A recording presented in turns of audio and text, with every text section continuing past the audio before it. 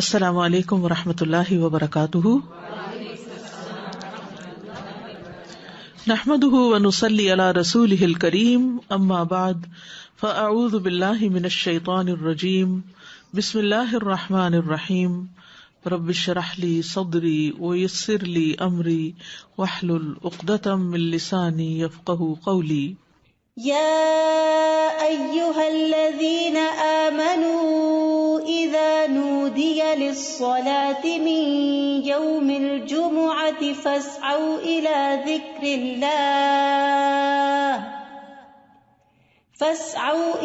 ذكر الله وذروا البيع ذلكم خير لكم إن كنتم تعلمون.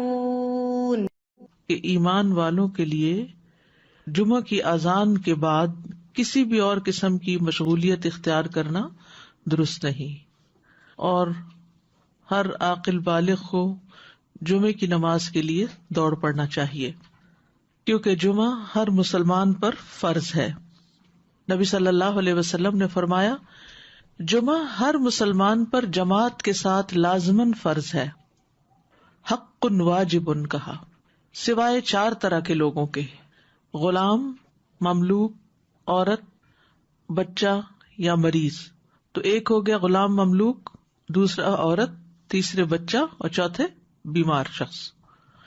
اسی طرح مسافر پر بھی جمعہ نہیں ہے، اور عورتیں گھر میں 4 رکعت نماز اپنی ظہر کی پڑھیں گی. گھر میں جمعہ نہیں ہوتا، جمعہ جمع ہو کر ہی ہوتا ہے، مسجد میں ہوتا ہے اور بڑی مسجد میں ہوتا ہے. عید کے دن جمعہ نہ پڑھنے کی رخصت ہے.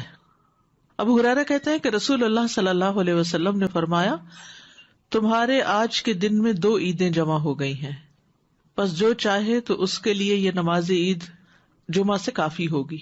جمعہ نہ بھی پڑھے تو ٹھیک ہے، عید کا پڑھنا لازم ہے، اور ہم تو جمعہ پڑھیں گے. یعنی آپ نے پسند کیا کہ جمعہ پڑھیں، لیکن جو نہ پڑھنا چاہے، ظہر پڑھنا چاہے تو وہ بھی ٹھیک ہے. وہب بن کیسان سے مروی ہے، انہوں نے بیان کیا کہ ابن زبیر رضی اللہ عنہما کے دور میں جمعہ اور عید اکٹھے ہو گئے تو انہوں نے عید کے لیے نکلنے میں دیر کر دی، حتیٰ کہ دن کافی اونچا ہو گیا. پھر وہ نکلے، خطبہ دیا اور بہت لمبا خطبہ دیا، پھر اترے اور عید کی نماز پڑھائی، اور اس دن لوگوں کو جمعہ نہیں پڑھایا. یہ بات ابن عباس سے ذکر کی گئی تو انہوں نے فرمایا انہوں نے سنت پر عمل کیا.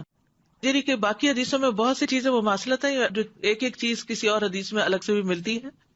جو شخص جمعہ کے دن غسل کرے، جس قدر ممکن ہو پاکیزگی حاصل کرے، اور اپنے تیل میں سے تیل لگائے یا اپنے گھر کی خوشبو میں سے خوشبو لگائے.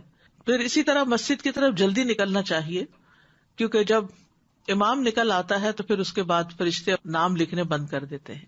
پھر کثرت سے درود پڑھنا. رسول اللہ صلی اللہ علیہ وسلم نے فرمایا، جمعے کے دن اور جمعے کی رات کو، یعنی رات سے ہی شروع ہو جائے. کل کسی نے سوال کیا تھا کہ جمعے کی رات کا کوئی خاص عمل کیا ہے، تو وہ درود شریف پڑھنا ہے. تو جمعے کی رات کو کثرت سے مجھ پر درود پڑھا کرو، پس جو آدمی مجھ پر 1 دفعہ درود بھیجے گا، اللہ اس پر 10 رحمتیں نازل کرے گا. اوس بن اوس روایت کرتے ہیں کہ رسول اللہ صلی اللہ علیہ وسلم نے فرمایا، بے شک تمہارے افضل دنوں میں سے جمعے کا دن ہے. اسی دن آدم علیہ السلام پیدا کیے گئے، اسی دن ان کی روح قبض کی گئی، اسی دن سور پھونکا جائے گا، اسی دن لوگ بے ہوش ہوں گے. اس لیے اس دن مجھ پر کثرت سے درود بھیجا کرو، کیونکہ درود مجھ پر پیش کیا جاتا ہے. یعنی یہ ایک اسپیشل ڈے ہے، اور اس میں اسپیشل کرنے کا کام کیا ہے کہ رسول اللہ صلی اللہ علیہ وسلم کو درود کا تحفہ بھیجا جائے. پھر سورۃ الکہف پڑھنا. نبی صلی اللہ علیہ وسلم نے فرمایا، جو جمعہ کے دن، رات کی بات نہیں، دن کی بات، من قرأ سورۃ الکہف فی یوم الجمعۃ، تو اس کے لیے دوسرے جمعے تک نور روشن رہتا ہے. اور پھر کیا کرو، وذروا البیع، خرید و فروخت چھوڑ دو. ذالکم خیر لکم، یہ تمہارے لیے زیادہ بہتر ہے، ان کنتم تعلمون، اگر تم علم رکھتے ہو، جانتے ہو. یعنی اللہ نے جمعے کی نماز کے وقت خرید و فروخت سے منع کر دیا، اور اس کو ان لوگوں پر حرام قرار دیا جن کو مخاطب کیا گیا کہ ان پہ جمعہ فرض ہے. یعنی یا ایھا الذین آمنوا سے شروع ہو کے اینڈ تک ایک کرنے کا کام بتایا گیا اور دوسرا چھوڑنے کا کام. اور وہ کیا ہے؟ پڑھنا فرض ہے، ایسے تجارت چھوڑنا فرض ہے. ٹھیک ہے. یعنی جب اذان ہو جائے تو خرید و فروخت ترک کر دو اور اللہ کے ذکر یعنی نماز کے لیے جلدی کرو. یعنی اگر کوئی سودا طے بھی پا رہا ہے تو بس وہیں ٹھپ کر دو. آپ نے یہ ایکسپیرینس کیا ہوگا سعودی عرب میں کہ بعض اوقات یہ ہوتا ہے کہ صرف پیسے دینے والے رہ جاتے ہیں. آپ نے ساری چیز بھاؤ کر لیا, چیز لے لی, پیک کر لی, رکھ لی, اور ابھی پیسے دینے ادھر سے اذان ہوئی, وہ کہتے بس چھوڑ دو, چیز بھی چھوڑ دو, نہیں چاہیے پیسے, نکل پڑتے ہیں. یعنی جو بہت پرٹیکولر ہے, یعنی اس درجے کا حکم ہے کہ اس وقت کام چھوڑ دو. انسٹنٹ اسٹاپ, وذر البیع, یہ بھی فرض کے درجے میں ہے. تو اسی وجہ سے علماء کا اتفاق ہے کہ دوسری اذان کے بعد خرید و فروخت حرام ہے.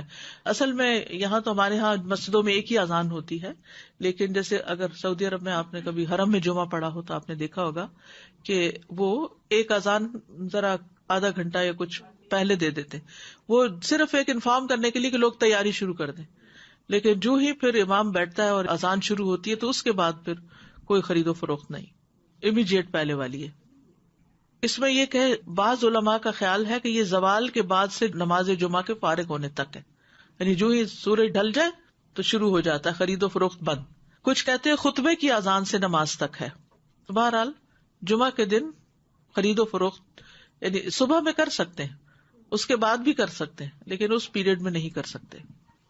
تو احتیاط یہی ہے کہ زوال کے بعد سے روک دیا جائے. بعض اوقات یہ ہوتا ہے کہ خرید و فروخت تو نہیں ہوتی لیکن جاب ہوتی ہے.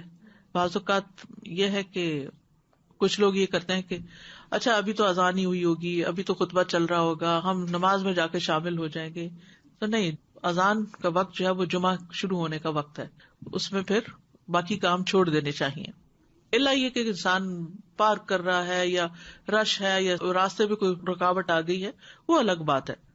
ذالکم خیر لکم ان کنتم تعلمون, یہ تمہارے حق میں بہتر ہے, یعنی خرید و فروخت چھوڑنا بہتر ہے اگر تم جانتے ہو. یعنی نماز پڑھنا زیادہ بہتر عمل ہے. اور اس لیے کہ اگر تم نے وقت پہ نماز نہ پڑھی وہ تو فوت ہو جائے گی, لیکن اگر تم نے تجارت چھوڑ دی اس وقت تو وہ تو بعد میں بھی ہو سکتی ہے, اس کا کوئی وقت مقرر تو نہیں ہے, وہ تو کسی وقت بھی ہو سکتی ہے. ایک تو یہ استاذہ جی کہ سورۃ الکہف کے بھی جیسے آپ نے بتایا, تو سورۃ الکہف کے لیے بھی کیا کچھ وقت مقید ہے؟ کچھ لوگ اس کو کہتے ہیں کہ it has to be before عصر. نہیں, مغرب سے پہلے تک پورا دن کا پورا دن, درود کے لیے بھی پورا دن.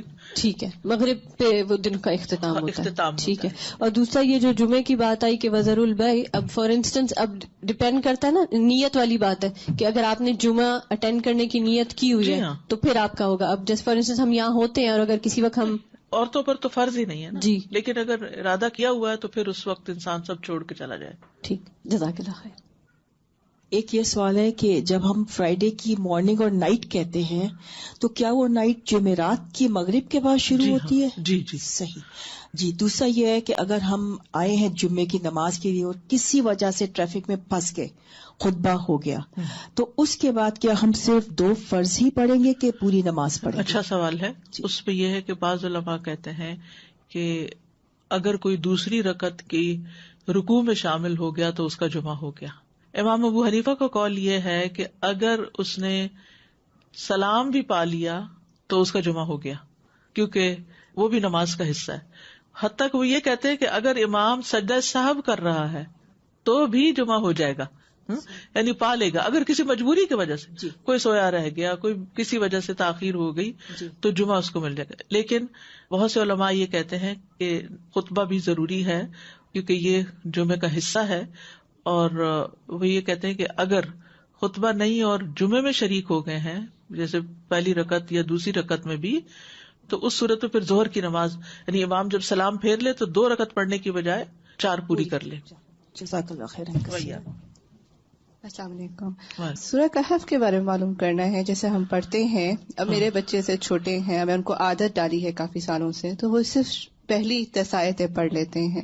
کہ ایسا کرنا صحیح ہے؟ پہلی 10 آیتوں کی فضیلت ہے, لیکن جمعے کے دن ساری پڑھنے کی ضرورت ہے. تو ایسا ایسا جو بڑے ہوتے جائیں اس کو بڑھاتے جائیں حتیٰ کہ پوری پہ آ جائے.